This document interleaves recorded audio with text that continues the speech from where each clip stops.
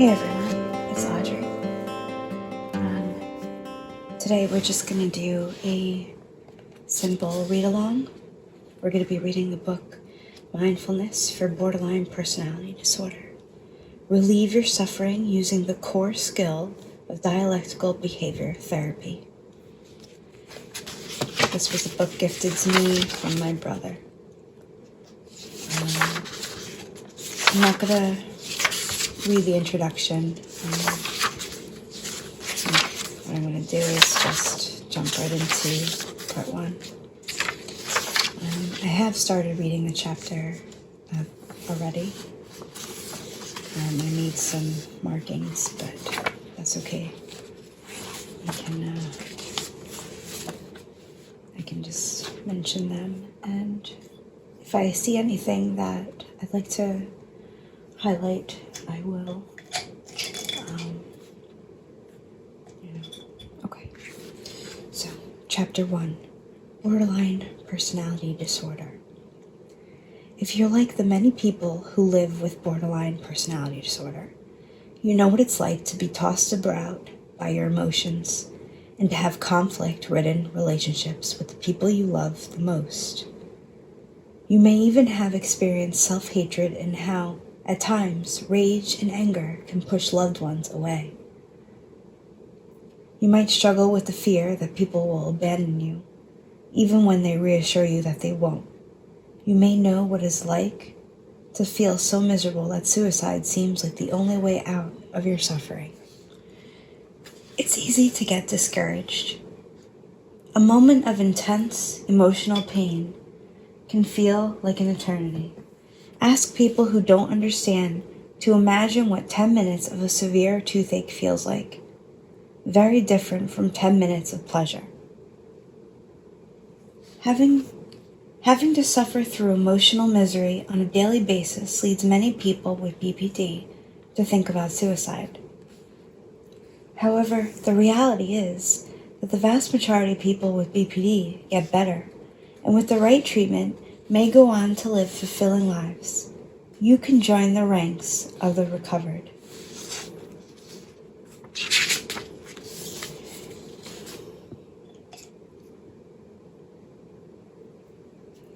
You are not alone. Depending on which survey you consult, somewhere between 6 million and 15 million people in the United States suffer from BPD. Sadly, even though BPD is well known to mental health professionals, the general public has barely heard of it.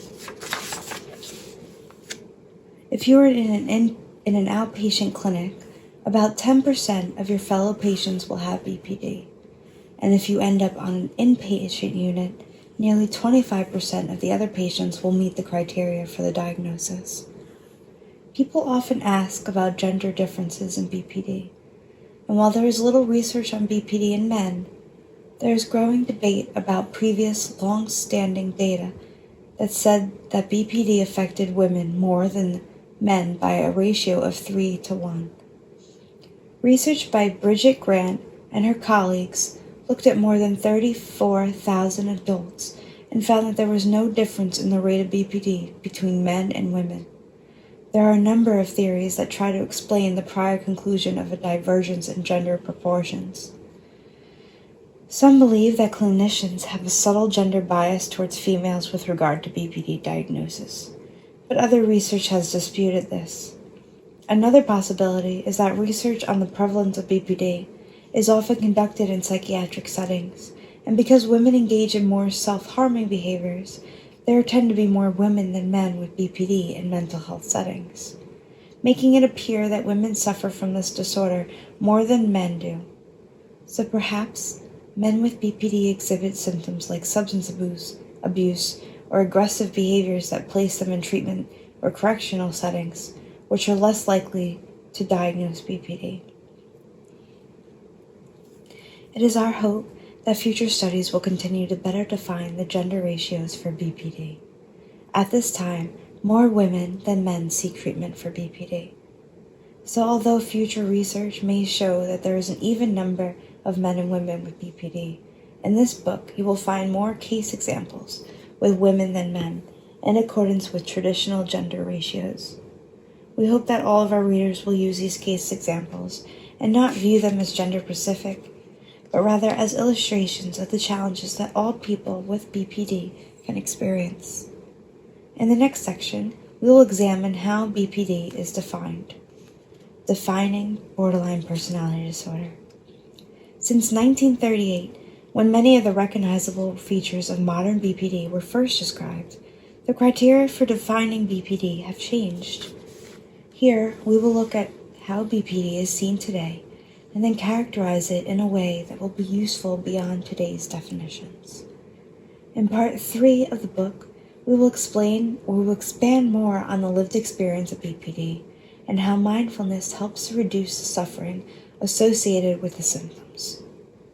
BPD and the DSM.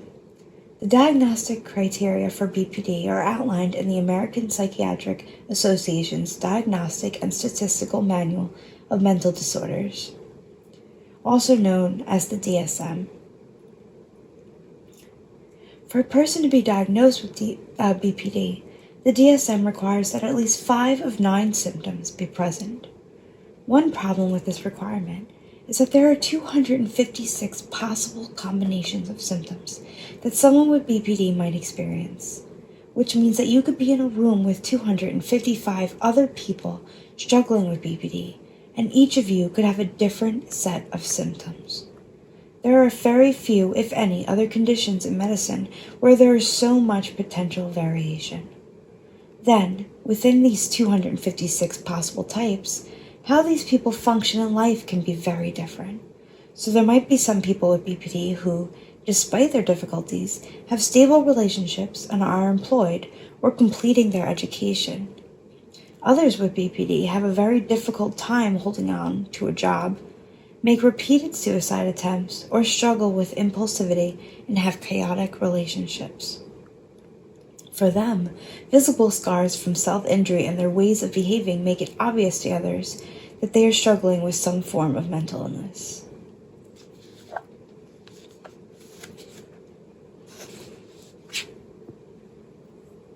As you can see, there can be a tremendous variability in the symptoms that someone with BPD has to deal with.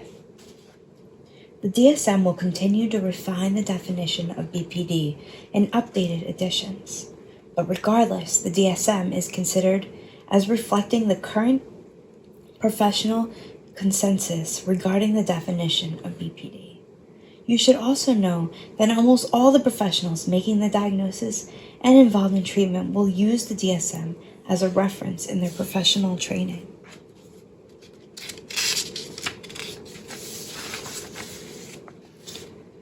The following are the 9 DSM criteria for BPD and how they might apply to you. Efforts to avoid abandonment. You might have a strong fear that the people closest to you will abandon you. Jamie, a 27-year-old with BPD, explained it this way in therapy. I am unable to be alone, so I do anything to get into a relationship. But then I worry that the person will leave me, so I start to act clingy. The other person doesn't like it when I'm clingy and begins to push me away. I fear the other person will leave, so I get frantic and then sometimes do bad things to myself, like cutting.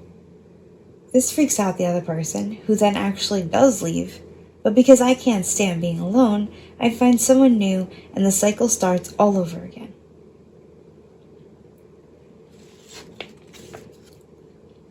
Your fear of abandonment might be triggered by what seems like a minor rejection.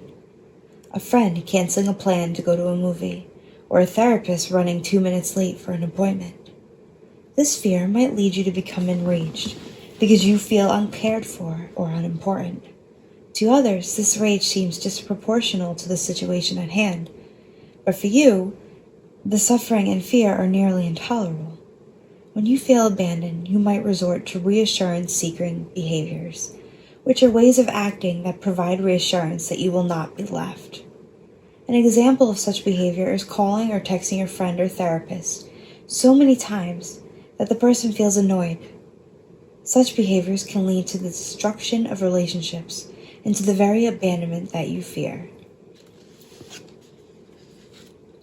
unstable and intense interpersonal relationships.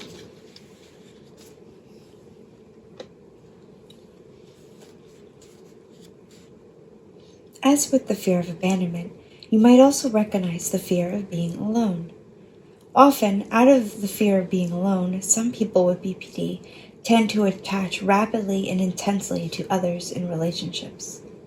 You might notice the feeling that you have to know whether the other person feels as deeply as you do, that when you love others, they love you as much, and that when you suffer, they suffer as much. Because people without BPD don't tend to feel emotions as intensely as you do, they will most likely not respond as deeply as you do, which can feel hurtful. When the hurt is intolerable, you might resort to saying some pretty mean things, simply to get back at the other person.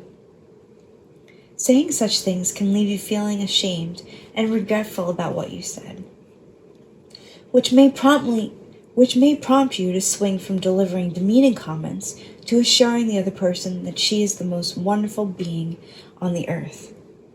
For the person you love who is on the receiving end of these extremes of attacks and praise, life gets pretty unpredictable, and often the person feels that it's too much to handle. These kind of relationships are stormy and unstable. Identity disturbance. Deciding who you are and what your values are can be difficult. You might notice that frequently you have relatively sudden and unexpected changes in your life goals, interests, romantic preferences, and values.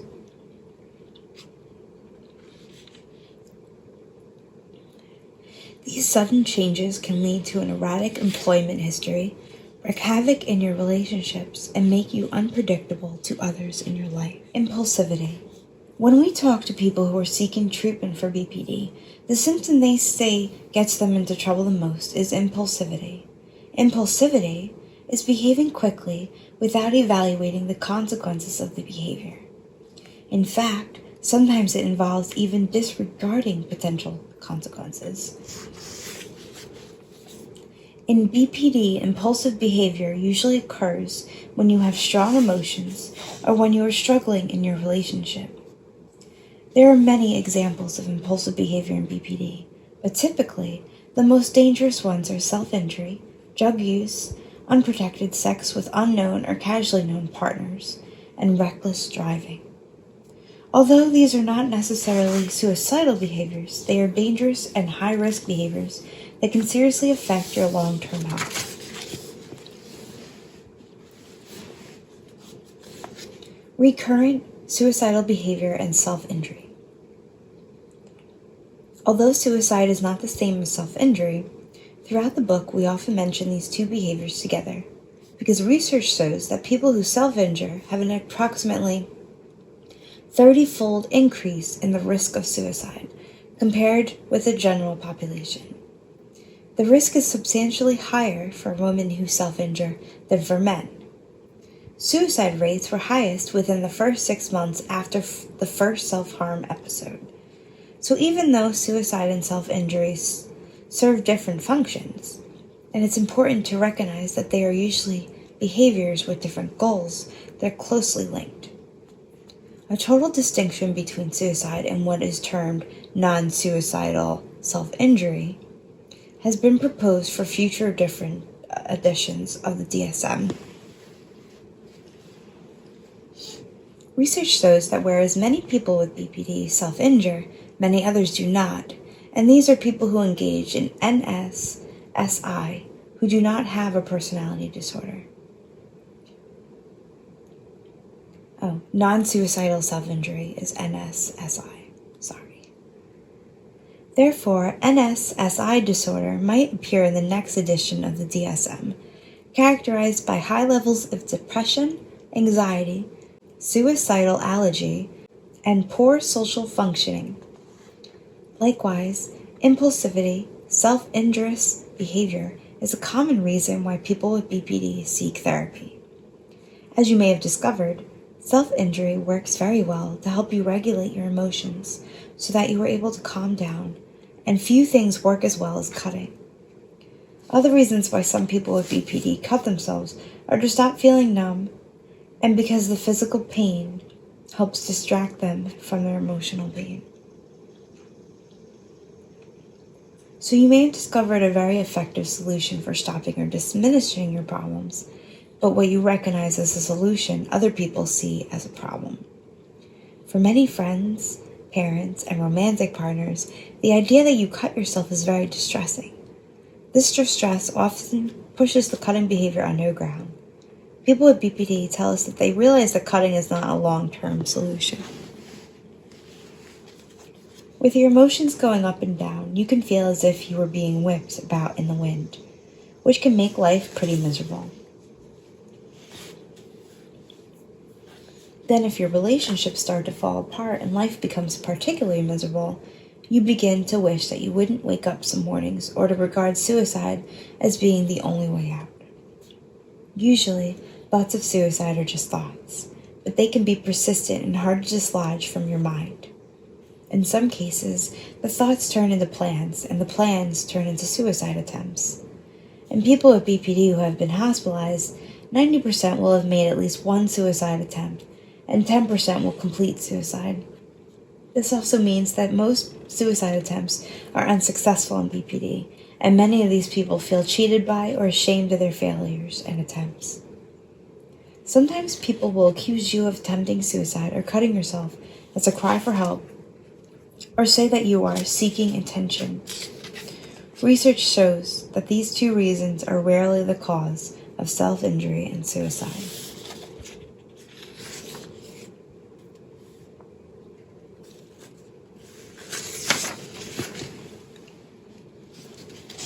Suicide and self-injury, similar but different.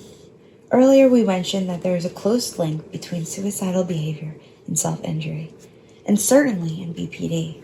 These two behaviors are very closely linked, but as much as they are tied together, they are also separate, and more than 99% of all acts of self-injury are done without suicide as a goal. So how do we separate these behaviors in BPD? Having spent his professional career studying self-injury, Harvard psychologist Matthew Knock has developed a useful way of thinking about these behaviors. Knock defines self-injury as direct and deliberate bodily harm in the absence of suicidal intent. This definition is useful. However, it also is complicated in that many people with BPD have persistent suicidal thoughts, so teasing the two behaviors apart can be different. Therefore, although the following definitions have some overlap and are not distinct categories, we use them in clinical work.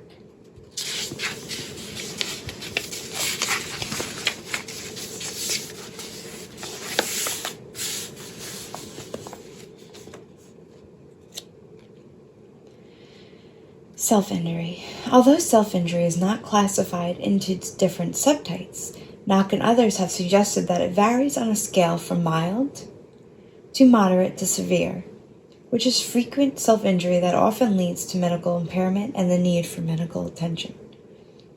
One question that loved ones often asks us is, why do people hurt themselves? Our clinical experience is very similar to the research findings in that most people hurt themselves for one of the following reasons. Self-injury relieves their emotional pain. It helps them to feel alive or less numb. It helps them to focus their attention away from the emotional pain by moving it toward the physical pain. It makes someone pay attention to their suffering. This is a more rare reason. They are addicted to self-injuring and get a rush of energy. They feel that they are bad and in need of punishment. We also see in our clinical work, and others have reported, that simply thinking or acting on self-injury can reduce suicidal thinking. There are many other reasons that people give for self-injuring, but these are the most common.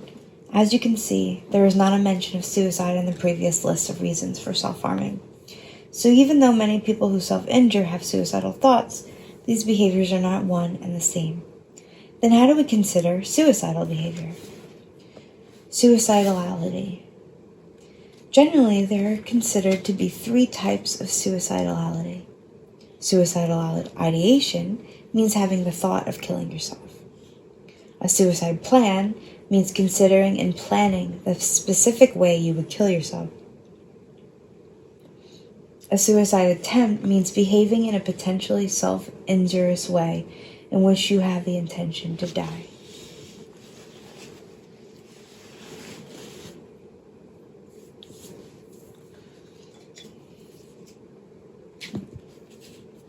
I'm going to highlight this.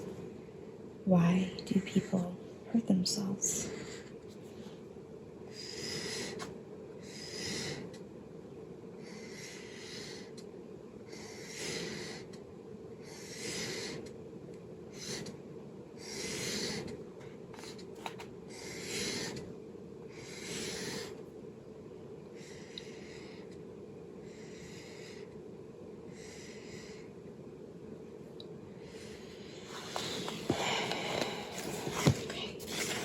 Emotional instability, along with difficulty controlling emotional extremes, is a defining problem for people with BPD. Your mood can shift in a matter of hours. This can be true of people without BPD, but for people with this disorder, the emotional up and downs are often powerfully triggered by frustration and interpersonal conflict. It is the intensity of the emotions and how uncontrollable they are that makes them different. It's generally believed that people with BPD feel emotions more deeply and for a longer period, and take longer to return to their emotional baseline than do people who don't have BPD. Another aspect is that when you feel a powerful emotion, it can feel to you as if you have always felt that way.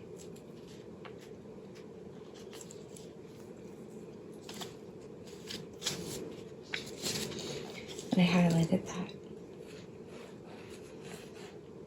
So for instance, when you are feeling miserable, you can feel as if you have always been miserable, and you are unable to remember a time when you felt differently, even if just yesterday you were feeling pretty good. Having other people remind you that your mood state won't last forever hardly seems to help, and can add to the feeling that others don't understand you. Chronic feelings of emptiness.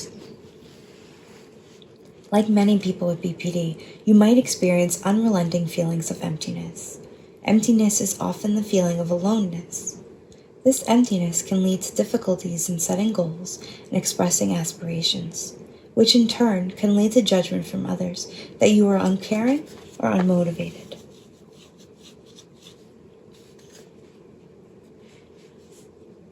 You might find that being close to others alleviates this sense of emptiness, which makes sense. However, you also run into the problem of others possibly fighting your time for closeness to be more than they can provide. So you have to find a balance between being close and being clingy. Expressions of intense, uncontrollable anger. Mary Jo, a client with BPD who was an assistant manager at a local bookstore, talks about her anger.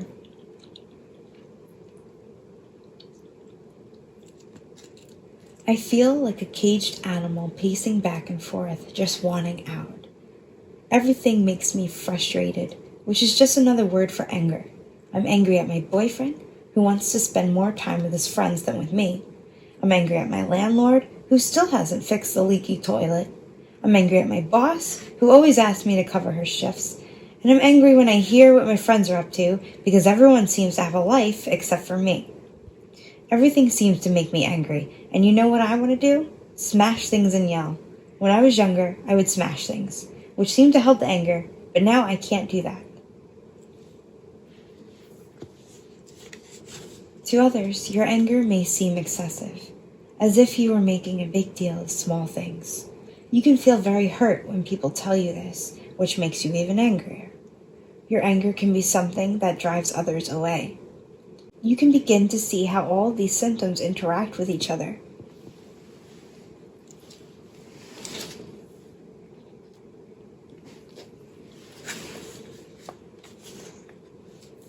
Your anger is difficult for others to tolerate, which causes others to avoid being with you, and then abandonment fears set in.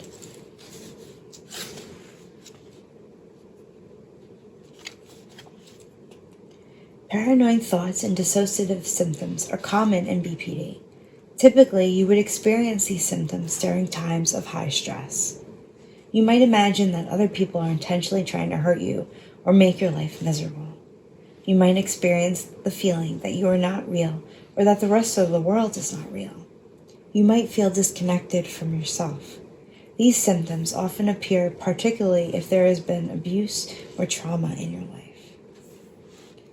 B. Beauty and symptoms not in the DSM. Although the DSM defines the symptoms of BPD, many specific experiences that are typical of living with the disorder are not featured in the DSM. You might not experience any of the following symptoms, but many may be familiar to you. Feeling misunderstood. You might feel that people don't understand you or why you do the things you do. This is a common experience in BPD. The truth is that because of the extreme nature of your experiences and emotions, people often don't understand. Not feeling understood often goes together with feeling lonely or alone in the world. Group therapy can be helpful if you have BPD because you engage with a community of people who share similar experiences. Self-hatred. Self-hatred can be another particularly troubling symptom. You might hate how you look. You might feel insignificant, as if you always screw things up and are a terrible person. You might blame yourself for everything bad that happens in your life and the lives of others. You might be quick to dismiss any positive outcomes in your life and come to the conclusion that you are toxic or evil. This thinking can lead to significant self-hatred.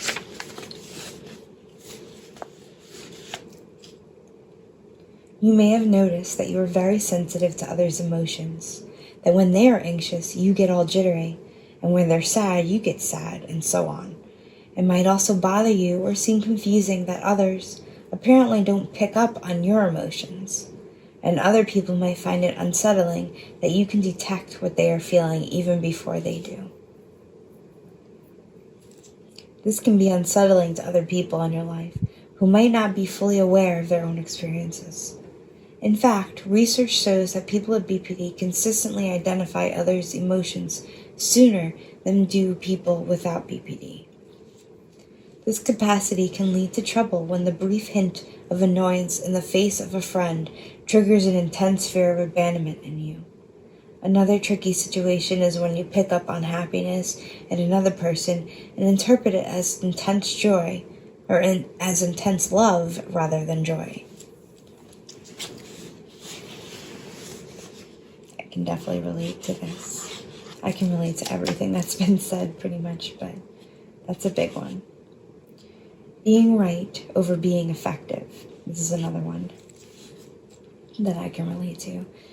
Almost all of us pride ourselves in the ability to discern right from wrong, and we try to do the right thing in any given situation. The idea of what is right can be derived from our faith, our morals, and our values. You might feel that life has not been fair to you, and that you must hold on to some position because you are right.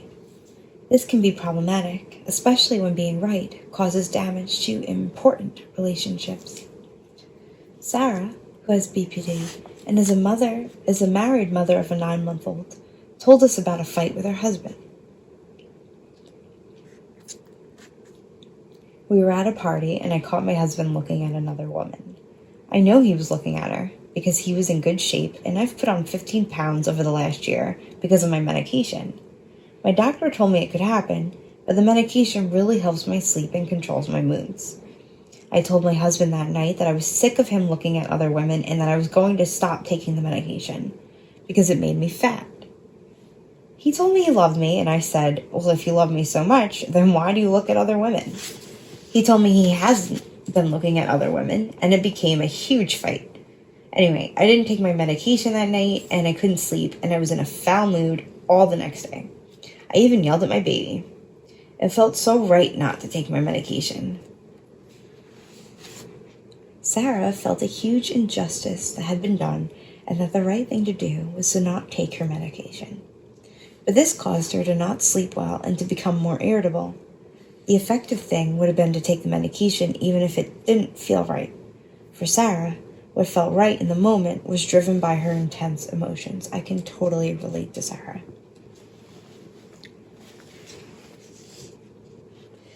lack of a sense of continuity of time. Although you might not experience this symptom, many parents, partners, and clinicians note that people with BPD have difficulty establishing a continuous and coherent sense of time and sense of self. You might feel that you are living a life of endless repetition, in and out of the same mood states, where you are unable to distinguish one situation from another. This creates the illusion of living a life without time, which can feel intolerable as you imagine that you will never escape. Or you might rapidly get over a long-term relationship as if it had never happened. This can help you deal with the pain of difficult relationships and emotions. While people may tell you otherwise, you often turn to the idea that you have always felt this way. It is as if times of joy, success, or calmness have been eliminated from your memory. If there has been drama in your life, integrating past events into the present can lead to a fragmented sense of who you are, and a feeling that there is nothing of substance there. It can feel as if the pieces and moments of your life don't flow in a straight line, and the memories from the past can jump out into the present and feel as if past events are actually occurring in the present. Perfectionism.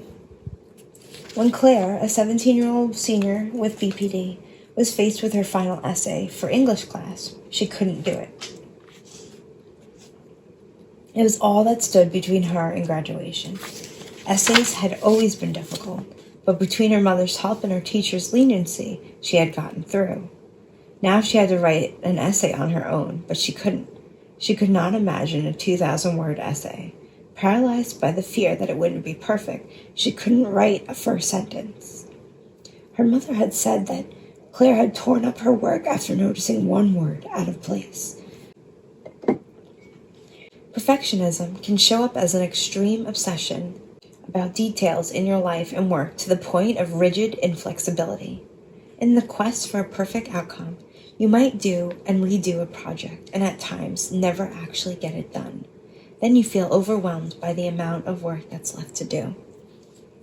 I've definitely done that. I remember being like in 5th grade and rewriting the first sentence of an essay like 10 times before I could actually finish it. Being considered manipulative by others. This is a hurtful one. Sometimes when we ask people with BPD why they have come into treatment, they say to stop being manipulative. When we ask them how they know they are manipulative, they say that others told them they are. Often people with BPD are described as manipulative by clinicians and family members. People in your life will feel manipulated or lied to even if it was never your intention to deceive them or play some trickery. In most situations, you might just be doing whatever you can, such as engaging in self-injury to reduce painful emotions. This behavior, however, can feel to others as if you were doing it in order to manipulate or threaten them into doing what you wanted them to do. This is not to say that you are not trying to be manipulative, only that just because someone says you are being manipulative doesn't mean that you actually are. An integrated definition of BPD. So how do we put all this together? We believe that Martian Linehan's approach in reorganizing BPD symptoms into 5 areas of difficulties or dysregulation not only is practical, but also will transcend any future editions of the DSM. These 5 areas encompass all of the difficulties outlined in the DSM. So the 2 ways of categorizing BPD are not all that different. For the purpose of this book, we will use Linehan's organization of BPD symptoms as we consider the use of mindfulness for specific symptoms. As we define it, the word dysregulation means difficulty in managing. For example, difficulty in managing emotions. Dialectical behavior therapy considers 5 areas of dysregulation in BPD. Emotion dysregulation.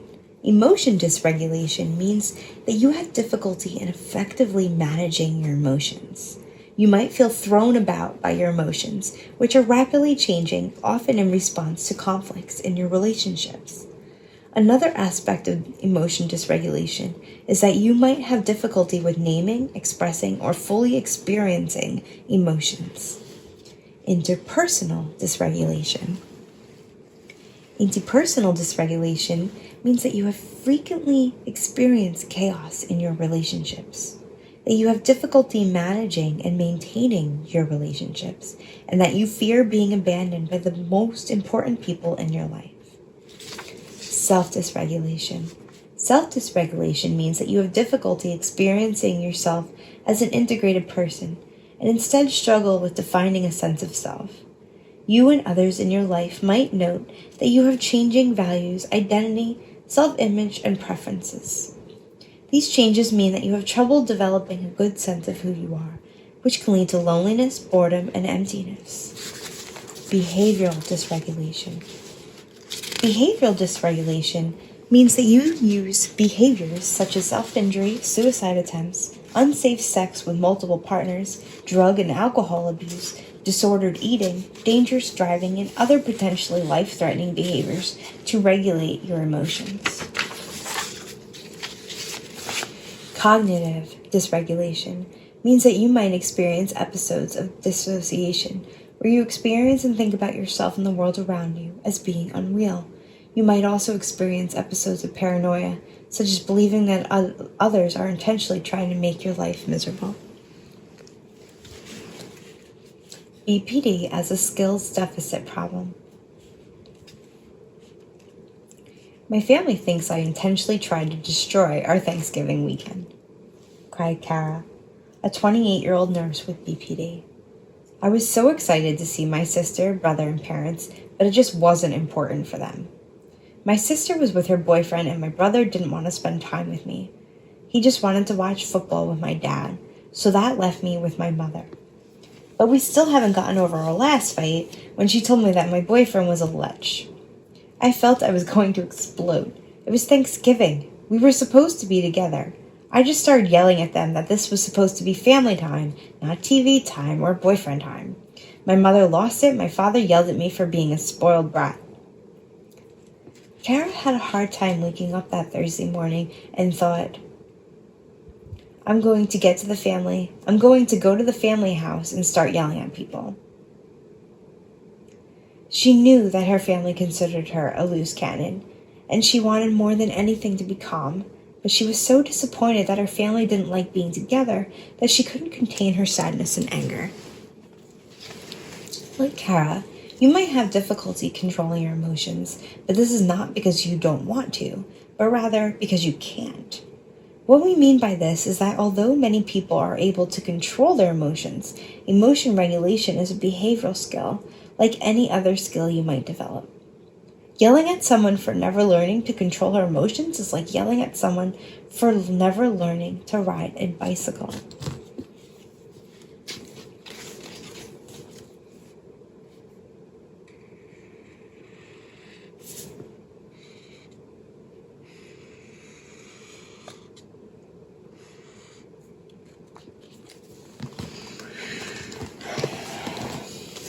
People may think that you have the necessary skills to manage your behavior effectively, and yet choose to be obstinate, willful, and angry.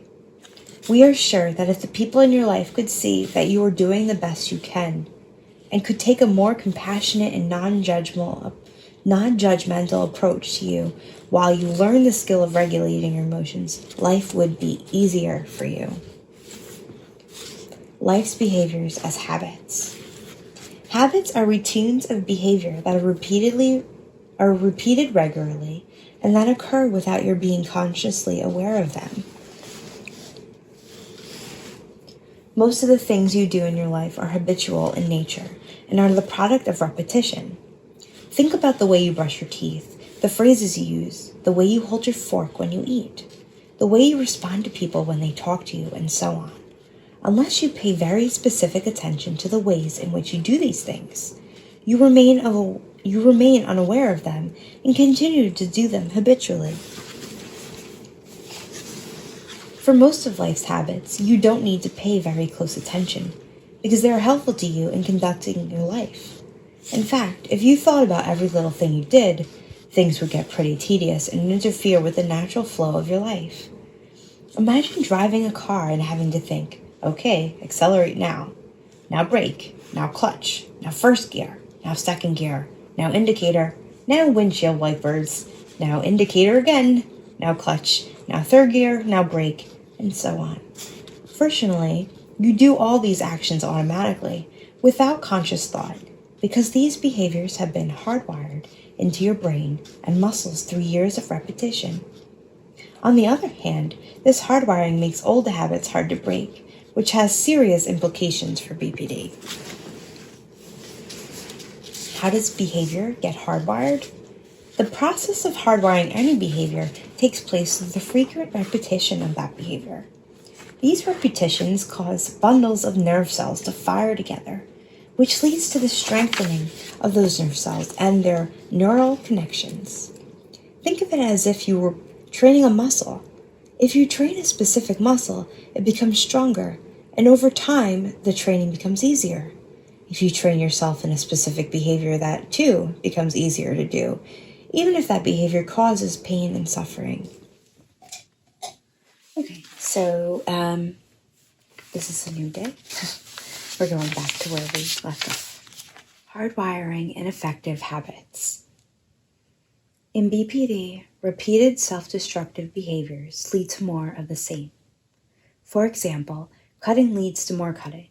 Repeated suicidal thinking leads to more suicidal thinking. Repeated self-hatred leads to more self-hatred. Repeated anger leads to more anger, and so on. This is simply the way the brain works. Your brain does not distinguish between playing the piano and cutting with regard to repetition. The more you do it, the better or more effective you are at doing it. Judgment is what decides that playing the piano is a good thing and cutting is a bad thing. We can rapidly change these judgments through context. So for instance, if a surgeon cuts a person's skin in order to operate, we think of that as a good thing.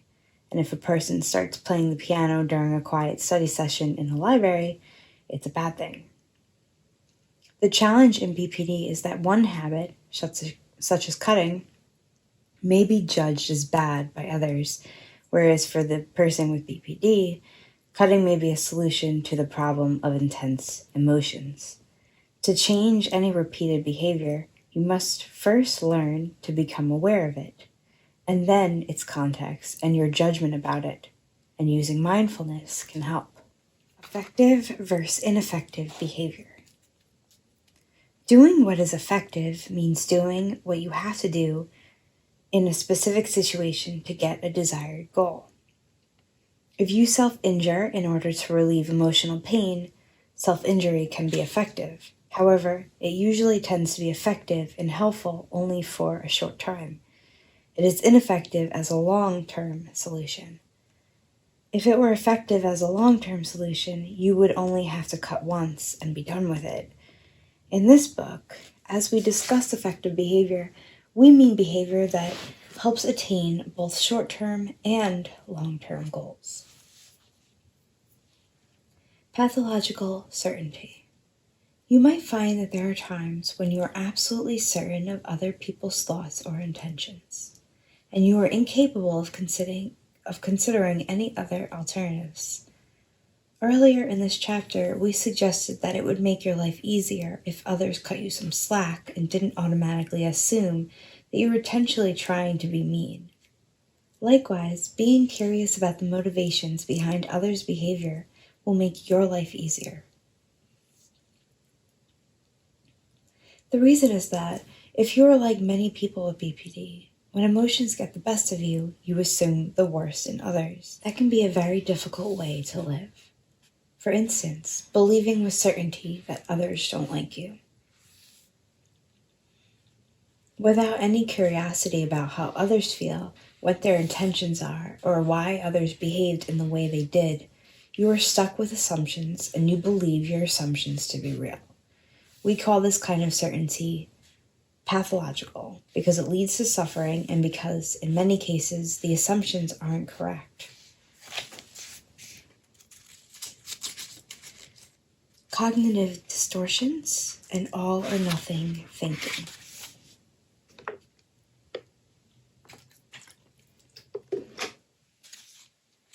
Cognitive distortions are patterns of thinking in which your brain convinces you that something that isn't true is true. Almost every one of us has them. In the case of cognitive distortions, you might tell yourself that something sounds rational but isn't, and your rationalizations can lead to certainty and can perpetuate misery. There are many different types of distortions. The following are some common ones. Filtering. This is when you filter out any positive aspects of a situation and dwell just on the negative. You collect data in your mind that confirm the negative aspects of the situation while ignoring all other pieces of data. Black and white thinking.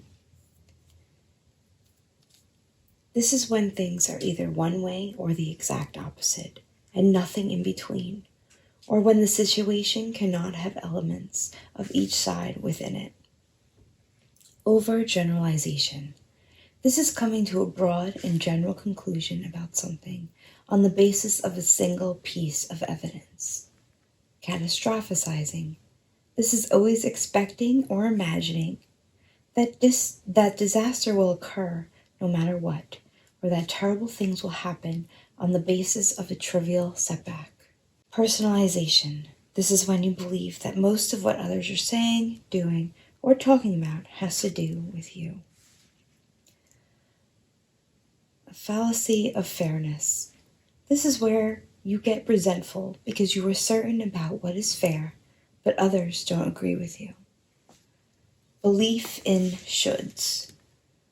This is when you have rules about the ways in which others should behave, or the way in which things should be, and then get angry when they aren't that way.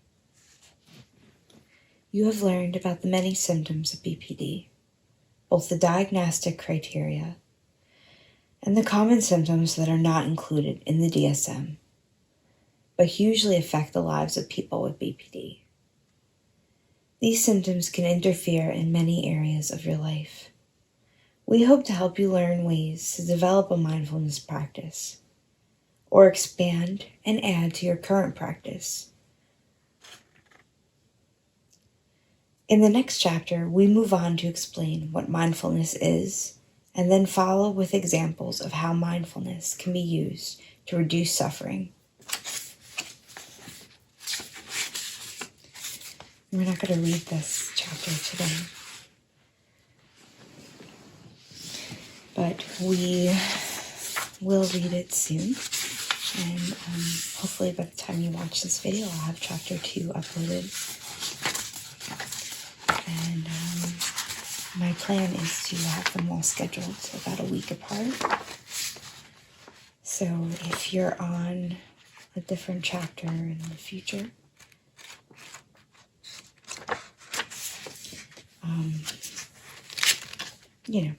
all the others should come about a week. So if you're on like chapter 7, wait a week for chapter 8. I'm not going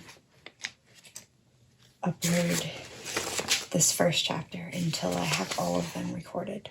So you don't have to worry about them just dropping off and, never watching the rest. I assume you're watching this video because you would like to read this book, as well as just getting to chill and relax. I'm kind of rambling now, so I might not make as much sense. One thing I did want to ask is what you think of mindfulness. I have read on some BPD groups that mindfulness doesn't seem to help for them. And I saw others agreeing. And then I've seen others say that it helps a lot. So I'm just curious what your experience with mindfulness is. If you have any experience, of course. You could come to this video as a total newbie to your diagnosis. In that case, then stick around. I hope I can help you, or just not even feel as alone, because I go through it too. So yeah, just comment about your opinion on mindfulness, and